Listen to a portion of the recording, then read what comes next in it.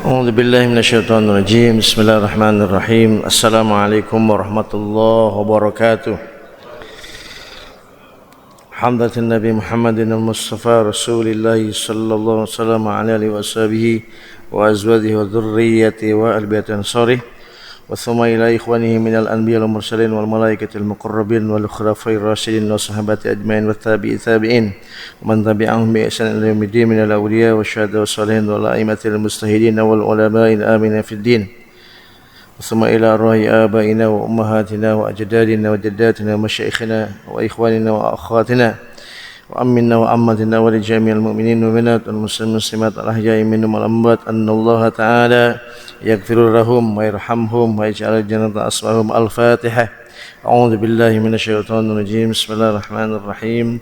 الحمد لله رب العالمين الرحمن الرحيم مالك يوم الدين إياك نعبد وإياك نستعين اهدنا الصراط المستقيم صراط الذين أنعمت عليهم غير المغضوب عليهم ولا الضالين آمين. Bismillah, alhamdulillah, Allahumma salli ala Sayyidina Muhammad wa ala ali Sayyidina Muhammad kama sallaita ala Sayyidina Ibrahim wa ala ali Sayyidina Ibrahim fil alamin innaka Hamidum Majid.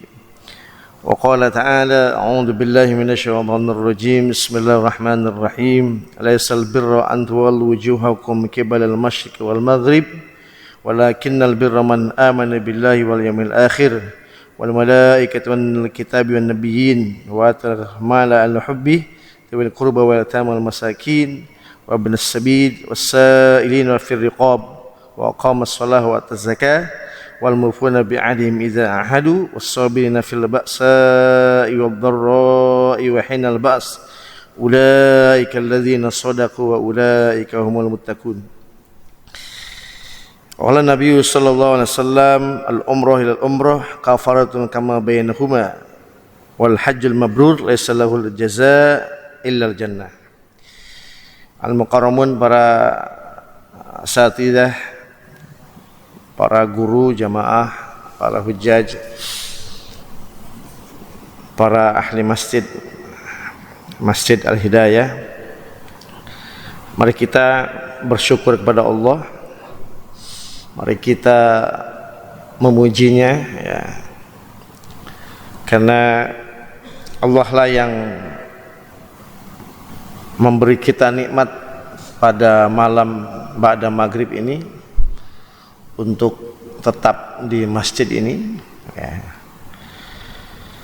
dalam rangka taqarrub kepada Allah, mengkaji ilmu-ilmu Allah Subhanahu wa taala. Ya.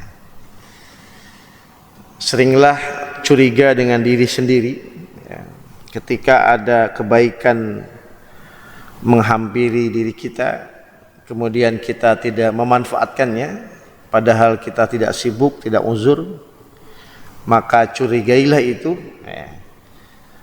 Jangan-jangan Allah tidak ingin kita berbuat kebaikan itu. Na'udzubillahi min dzalik. Misalnya bangun jam 2 malam, ya, Allah bangunkan kita melalui malaikat hafazah, bangun jam 2 malam, ya. Kemudian kita ke kamar mandi, mungkin buang hajat dan lain sebagainya. Segeralah sucikan diri dan sholat minimum 2 rakaat. Setelah itu mau lanjut tidur juga nggak ada masalah. Karena ketika kita tidak memanfaatkan waktu itu untuk sujud, ruku sujud kepada Allah, ini bukan masalah malas atau ngantuk, ya. Yang terakhir yang harus kita curigai, jangan-jangan Allah tidak ingin kita sujud kepadanya. Nauzubillahi min dzalik. Karena ini kesempatan yang Allah berikan, ya. Makanya rumusnya kalau bangun malam seperti itu jangan lihat jam dulu. Kalau lihat jam 2 pasti tidur lagi. Makanya sholat dulu 2 rakaat baru lihat jam. Kalau masih terlalu pagi tidur lagi. Ini rumusnya, ya. Jadi kalau lihat jam dulu pasti pada jam 2 gitu. Nah, oleh karena itu mari kita sekali lagi syukuri pertemuan ini sebagai sebuah bentuk karunia, ya, dari Allah. Tidak mudah orang tetap di masjid sambil taklim, ya, menunggu waktu Isya, dan semuanya sudah berniat i'tikaf sampai waktu Isya berakhir. Insyaallah ya.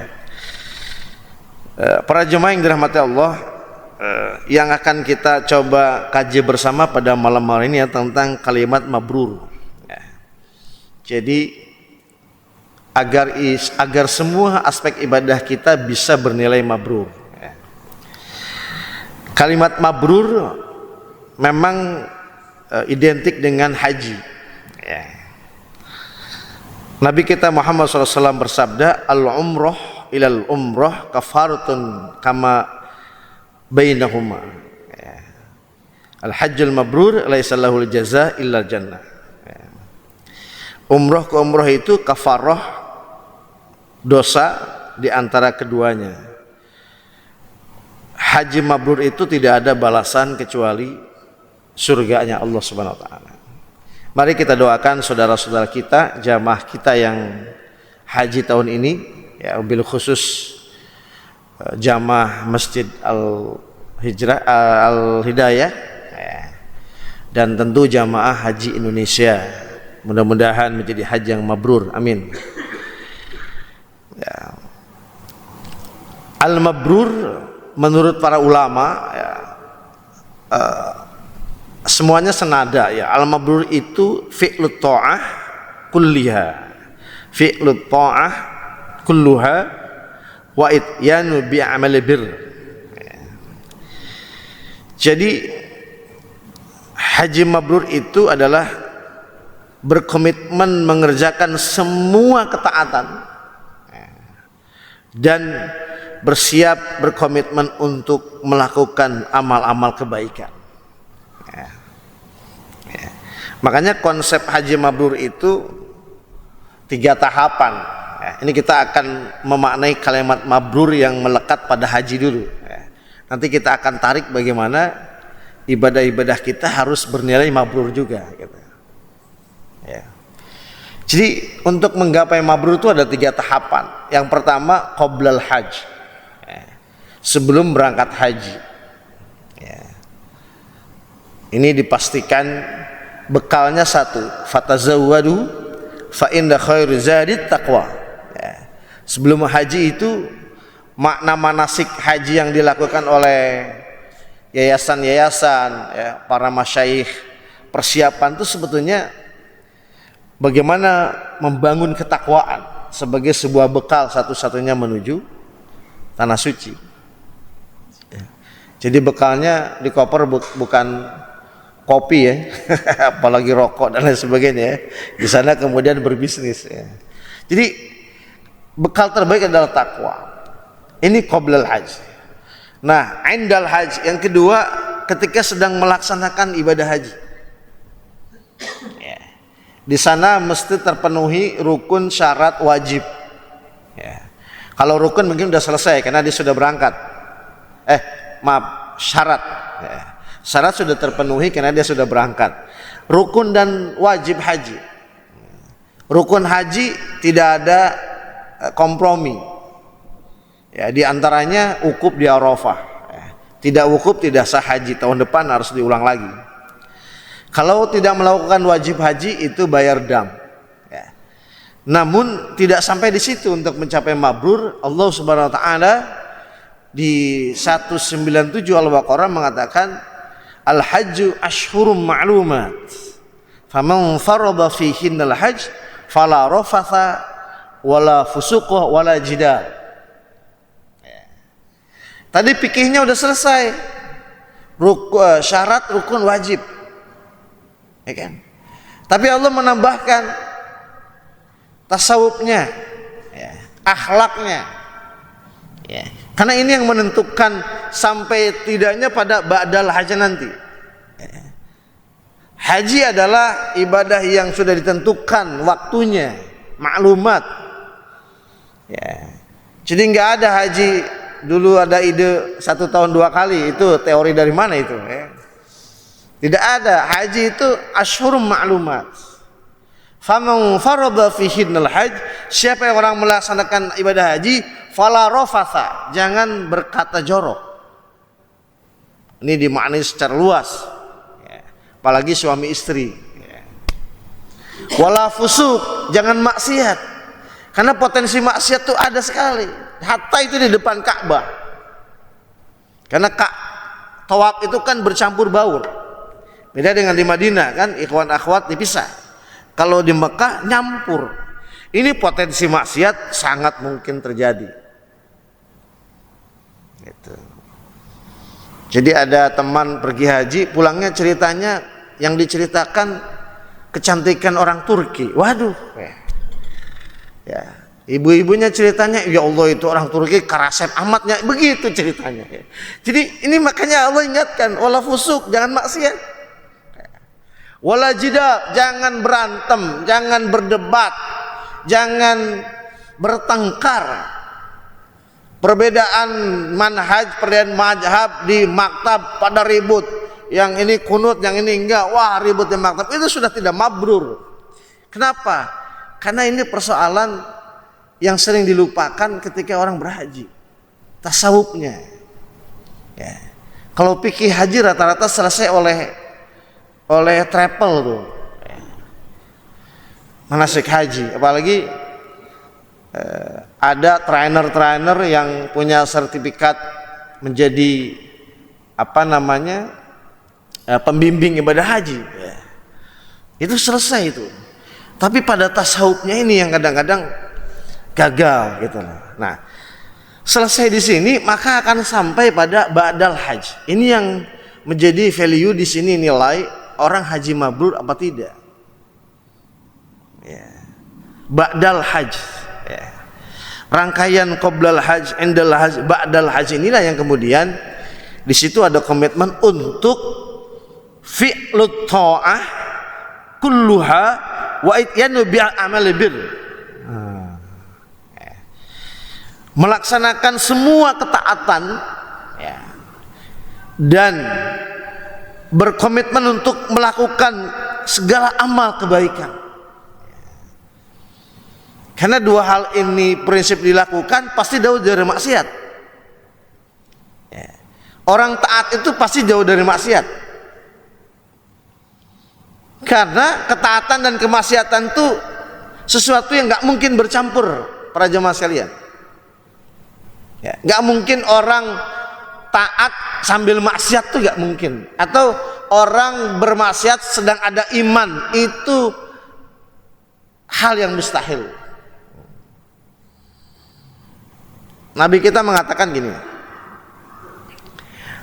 la yasrikus sarik hina yasrik fahuwa mu'min. Tidak mungkin seseorang korupsi ketika dia korupsi dalam keadaan iman, nggak mungkin. Mau tanda tangan korupsi pakai bismillahirrahmanirrahim, itu nggak mungkin, Pak. Ya, karena Nabi nggak akan terjadi. Ini jatah ente nih, siapa? Bismillahirrahmanirrahim, nggak mungkin itu terjadi. Ya. Seseorang mau mencuri, membobol rumah orang pakai apa saja, ya, dia baca doa dulu, Al-Fatihah. Nggak mungkin. Ya, nggak mungkin dia melakukan maksiat kemudian berbarengan dengan taat. Wala yasnihina yasnin fahuwa mu'min. Dan nggak mungkin orang berzina, ketika dia berzina dia dalam keadaan beriman. Itu nggak mungkin. Saat itulah imannya pergi. Ya, tidak mungkin terjadi. Ya. Nah, oleh karena itu, kenapa kemudian para ulama mengukur mabrur itu dari fi'lut ta'ah kulluha wa ityanu bi amalil bir.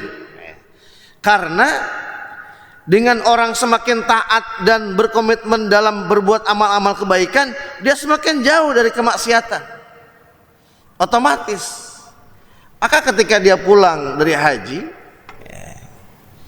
kan falsafah haji itu diantaranya satu, ya, kuwatul akidah, ya, menguatkan akidah. Ya. Bagaimana orang berhaji semakin kokoh akidahnya. Ya. Kenapa? Karena dia mengucapkan labbaik Allahumma labbaik labbaik la syarika lak labbaik, memenuhi panggilan Allah. dengan berkain ihram serba putih, siap dipanggil oleh Allah dalam kematian. Meninggalkan orang-orang yang kita cintai berarti meninggalkan dunia kita. Ya. Ada poros kebaikan, circle, tawaf, refresh. Ya. Ada sa'i, bukan menuju Safa dan Marwah, tapi yang dituju adalah Allah. Ya. Melempar jumroh. Ya, melempar jumroh apakah sama? Kan lempar jumroh itu napak tilas Nabi Ibrahim ketika diperintahkan menyembelih anaknya Ismail, digoda oleh setan. Ya. Maka diwakililah oleh beliau 3 orang ini dalam satu keluarga, Hajar, Ismail, Ibrahim. Dilemparlah jumroh ula, wusta, Aqobah. Karena ada 3 nih, Hajar, Ismail, Ibrahim. Ibrahim melempar setan karena setan musuhnya. Ibrahim orang suci, Khalilullah, Abul Anbiya, bapaknya para nabi, musuhnya setan. Ditarik syar'un man qablana syar'ulana, syariat sebelum kita dulu ditarik menjadi syariat kita, yaitu haji. Di antaranya ada ibadah melempar jumroh. Ya, pertanyaannya, apakah sama melempar jumroh hari ini dengan Ibrahim yang melempar setan? Secara napak tilas iya, karena Ibrahim melempar setan 3 kali, jumroh juga 3 kali. Ya, cuman falsafahnya yang berbeda. Orang berangkat haji apakah semua dengan harta yang halal? Orang berangkat haji katakan uangnya tercampur uang korupsi. Di depan jumroh dia mau melempar setan. Apa kata setan? Kira-kira kata setan apa? Ya, lo mau ngelempar gua gitu ya. Kan seperti itu. Jadi apa maknanya? Maknanya adalah ketika seseorang memegang batu jumroh, yang dilempar adalah sifat-sifat setan yang ada dalam diri dia. Ini katakan batu jumroh, ya Allah, saya membuang jauh-jauh sifat setan yang ada dalam diri saya. Kesombongan, egois, sok merasa sendiri paling benar, gak toleran dengan macam-macam lah keburukan, dilemparlah bismillahi Allahu akbar. Jadi melempar jauh-jauh karakter dan sifat iblis yang ada dalam diri kita. Ya. Kalau niatnya ngelempar setan, takut batunya balik lagi ya. Kemudian ada tulisan sesama setan jangan saling melempar. Kan anekdotnya gitu. Ini kan semuanya adalah albir, kebaikan-kebaikan. Ya. Dan kemudian dilantiklah di Arafah, ya, wukuf, ya, wukuf di Arafah, masya Allah. Ya. Ini pelantikannya. Ya. Semuanya tertunduk, kecil di hadapan Allah. Ya. Semuanya mengakui Allah yang maha besar. Ya. Tidak ada sekutu bagi Allah. Ya. Dilantik oleh Allah menjadi haji. Ya. Makanya dari sini saja Allah sudah ingatkan untuk mabrur. Apa? Ketika wukuf di Arafah selesai, alhamdulillah semuanya bersalaman karena sudah mendapat menutup rukun Islam dengan hajinya. Maka di situ Allah ingatkan di surah Al-Baqarah 200 sampai 203. Ini fenomena dan ini realita kenyataan bahwa inilah situasi jamaah haji kata Al-Qur'an. Apa kata Allah? A'udzubillahi minasyaitonir rajim. Fa idza qadaitum manasikakum fadhkurullah. Ketika kalian sudah menyelesaikan manasik haji kalian, kalian sudah wukuf di Arafah, sudah selesai menunaikan rukun Islam kelima kalian, fadhkurullah, tetap ingat kepada Allah. Kadzikrikum abahakum, sebagaimana kalian sudah mulai ingat orang-orang tua kalian di rumah, ingat anak, ya. ingat saudara, ingat kendaraan kesayangan, ingat piaraan-piaraan di rumah, mulai ingat tuh. Fadhkurullah, kata Allah, tetaplah ingat kepada Allah. Kadzikrikum abaakum au asyadda dzikra, bahkan lebih kuatkan ingat kalian kepada Allah, karena memorinya udah mulai pulang. Apa kata Allah? Faminhum may yaqulu rabbana atina fid dunya wa ma lahu fil akhirati min khalaq. Maka ada banyak orang-orang yang dalam hajinya hanya meminta dunia. Dunia. Wa ma lahu fil akhirati min khalaq. Tidak ada bagian untuknya akhirat. Na'udzubillahi min dzalik. Haji dunia. Haji dunia. Ya. Pulang ke rumah, cerita sama tetangga yang buruk-buruknya di sana. Beh, gimana haji? Aduh, haji di sana panas. Ya Allah. Sekian derajat. Sehat beh, anak sakit terus. Wah, cerita keburukan. Kamar mandi kotor, ini bau, wah semuanya. Dia sedang menceritakan dirinya sendiri, yang Allah nampakkan di sana. Tapi kata Allah, wa minhum may yaqulu rabbana atina fid dunya hasanah wa fil akhirati hasanah wa qina adzabannar. Dan ada orang-orang yang berhaji memohon kepada Allah dunia dan memohon akhirat, serta terbebas dari api nerakanya Allah. Ulaika lahum nasibum mimma kasabu wallahu sari'ul hisab. Mereka memperoleh apa yang mereka usahakan di sana, dan Allah begitu cepat hisabnya. Ya. Jadi kemabruran itu juga dinilai dari komitmen jamaah ini untuk memperoleh dunia dan memperoleh akhirat. Ya. Maka ketika dia kembali, ya, justru akhirat yang dia utamakan. Walal akhiratu khairul laka minal ula. Amal soleh terus. Karena kan sederhana konsepnya. Dunia itu harta dan kebendaan. Akhirat itu iman dan amal soleh. Selesai. Iman dan amal soleh. Dia fokus di sini. Ini menjadi energi penarik dunia dan kebendaan itu. Fokus dia di situ. Beriman, amal soleh, dijaga. Kenapa? Karena mabrur adalah komitmen.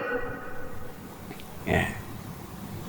Kemudian yang kedua, komitmen ukhuwah. Tadi kuwatul iman, akidah. Yang kedua, kuwatul ukhuwah.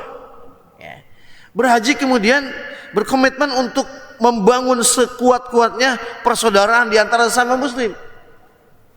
Karena di sana berjumpa dengan entah berapa karakter manusia, warna kulit, budaya dan lain sebagainya. Semuanya menyatu dan dalam bingkai labbaik Allahumma labbaik, labbaik la syarika laka labbaik, innal hamda wan ni'mata laka wal mulk la syarika. Ya. Maka jadilah orang-orang yang haji mabrur ini orang-orang yang betul-betul tampil sebagai uswah, ya. Karena dia sudah melampaui struktur rukun Islam kita. Para jemaah yang dirahmati Allah Subhanahu wa taala. Nah, mari kita lihat kalimat mabrur ini. Nah, ini mari kita akan tarik kemabruran ini kepada aspek ibadah yang lain, baik ibadah mahdhah atau ibadah ghairu mahdhah. Ini berkaitan dengan Al-Quran, ya, yang di awal saya tadi bacakan, ya, surah Al-Baqarah 177, ya.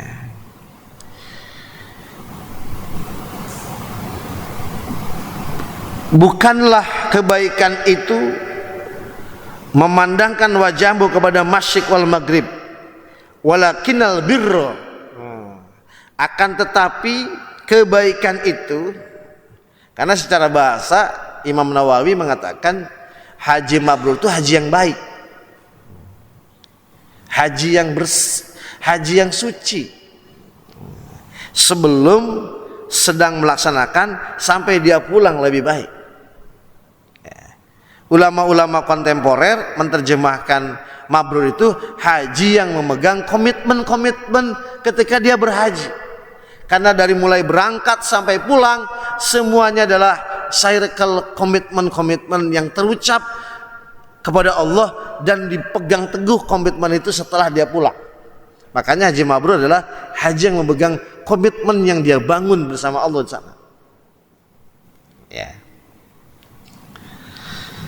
Bukanlah kebaikan menghadapkan wajahmu kepada masyriq wal maghrib, tapi kebaikan adalah man amana billah. Taqwiyatul akidah, menguatkan. Kemudian keimanan itu pada level kedua, apa? Hari kiamat. Wal yaumal akhir, wal malaikah, dan malaikat-malaikat Allah.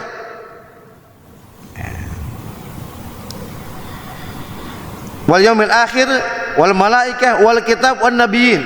Kepada kitab, ini ada strukturnya kepada Allah, hari akhir, malaikat. Ini yang sering melekat, yang sering dilekatkan pada diri Allah, iman kepada Allah, hari akhir, dan malaikat, makhluk-makhluk Allah yang mulia yang ditugaskan oleh Allah. Baru wal kitab, kepada kitab-kitabnya. Ya.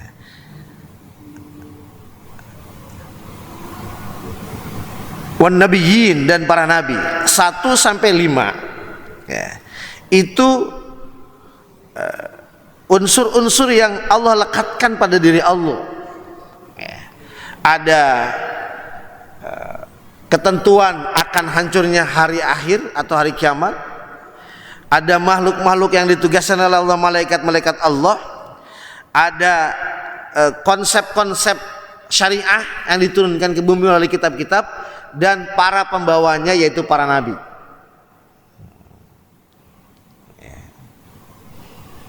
Ini 5 hal penting terlebih dahulu. Ya. Apa namanya?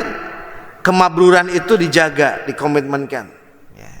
Penguatan komitmen kepada Allah, keyakinan akan hari akhir, meyakini adanya malaikat-malaikat yang mendapat tugas dari Allah Subhanahu wa taala.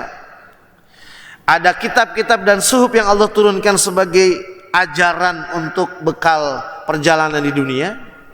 Dan yang terakhir, ada nabi-nabi pilihan, manusia pilihan yang diutus oleh Allah untuk menyampaikan wahyu ini dan berinteraksi langsung dengan manusia. Ini gagasan besarnya. Nah, para jemaah yang selain dirahmati Allah Subhanahu wa taala, ketika 5 poin ini sudah menjadi fi'lut ta'ah wa itan bi amal bir, maka kata Allah, wa atal mal ala hubbi, dia mau mengeluarkan hartanya. Nah, mengeluarkan harta. Ya. Jadi ibadah-ibadah yang kita lakukan, sholat, zakat, saum, haji dan seterusnya, kemudian menjadikan kita orang-orang yang mau mengeluarkan harta. Ya. Kepada siapa?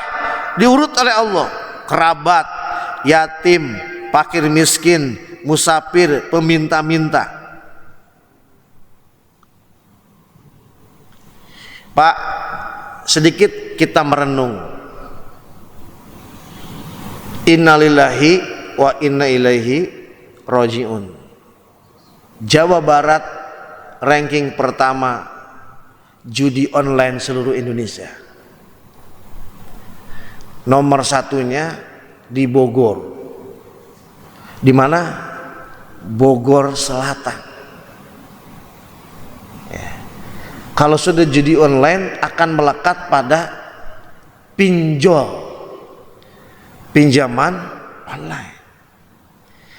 Siang tadi saya dapat amanah memoderatori seminar Ijmi Kota Bogor tentang solusi Islam mengatasi pinjol dan judol. Ya. Ternyata 3 pembicara itu senada dari sekian item yang mereka ungkapkan. Kegelisahan yang terjadi peristiwa ini adalah karena tidak berjalannya ini. Si kaya tidak optimal, wa ahtal mala ala hubbi. Dia tidak mengeluarkan harta secara maksimal, didistribusikan kepada orang-orang ini, yatim miskin, sehingga tidak terdistribusikan. Serius Pak, ini tidak terdistribusikan. Bahkan Basnas Kota Bogor sendiri sempat juga disinggung tadi ya, terkait penghasilan pengelolaan pengumpulan dan distribusi zakatnya yang begitu minimal ya. Sehingga di era serba mahal ini, kemiskinan meningkat, orang-orang kaya pun tidak optimal mengeluarkan zakatnya. Ditambah plus lagi kaum, karena memang pinjol itu menengah ke bawah pelakunya. Kalau judol semua merata, dari mulai rakyat sampai wakil rakyat. Dan yang paling miris adalah pinjol maupun judol itu mayoritas adalah guru-guru honorer. Saat itu hadir tadi kepala sekolah SD. Kepala sekolah SD yang dia kepalai itu mayoritas banyak guru-guru yang terlibat pinjol dan judol. Salah satu pembicaranya Dr. Irfan Syawkibek yang mungkin juga pembicara di sini, beliau meriset bahwa ini terjadi kesenjangan yang luar biasa. Jadi ayat-ayat Allah ini tidak hidup. Ibadah-ibadah yang dilakukan tidak mabrur. Karena mabrur itu adalah ibadah menjadi sesuatu yang terefleksi dalam kehidupan.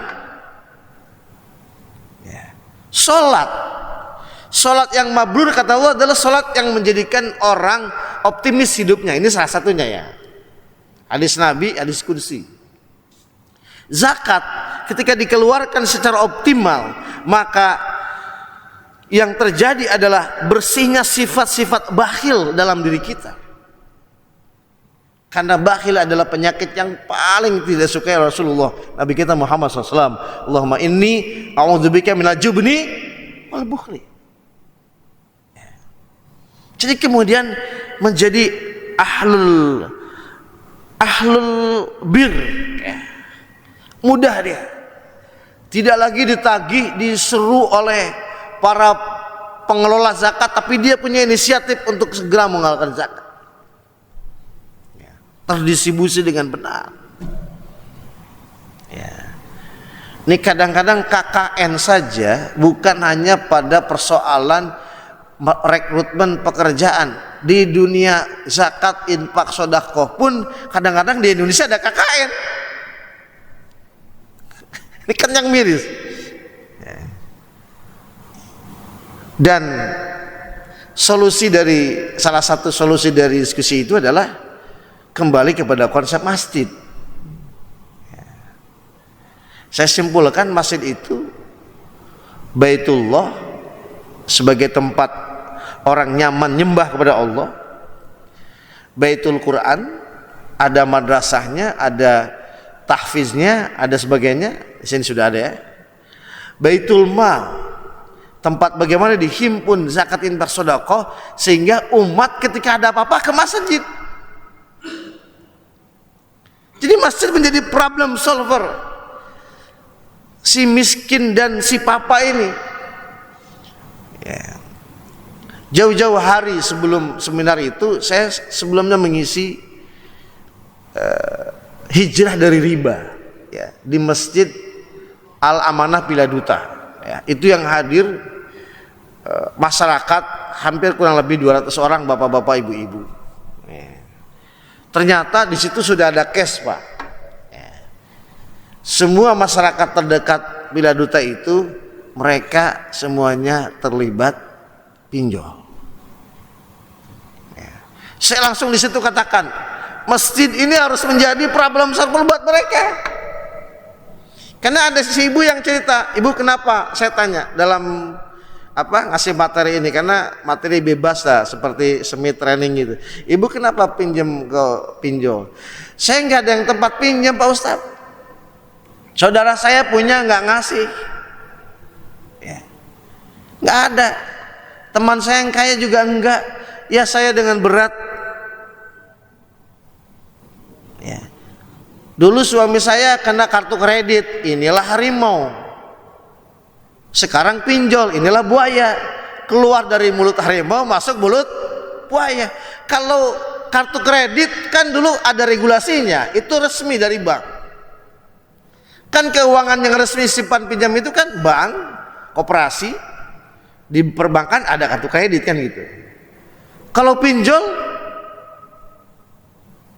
ada orang naruh uang dulu di pinjol kemudian pinjam?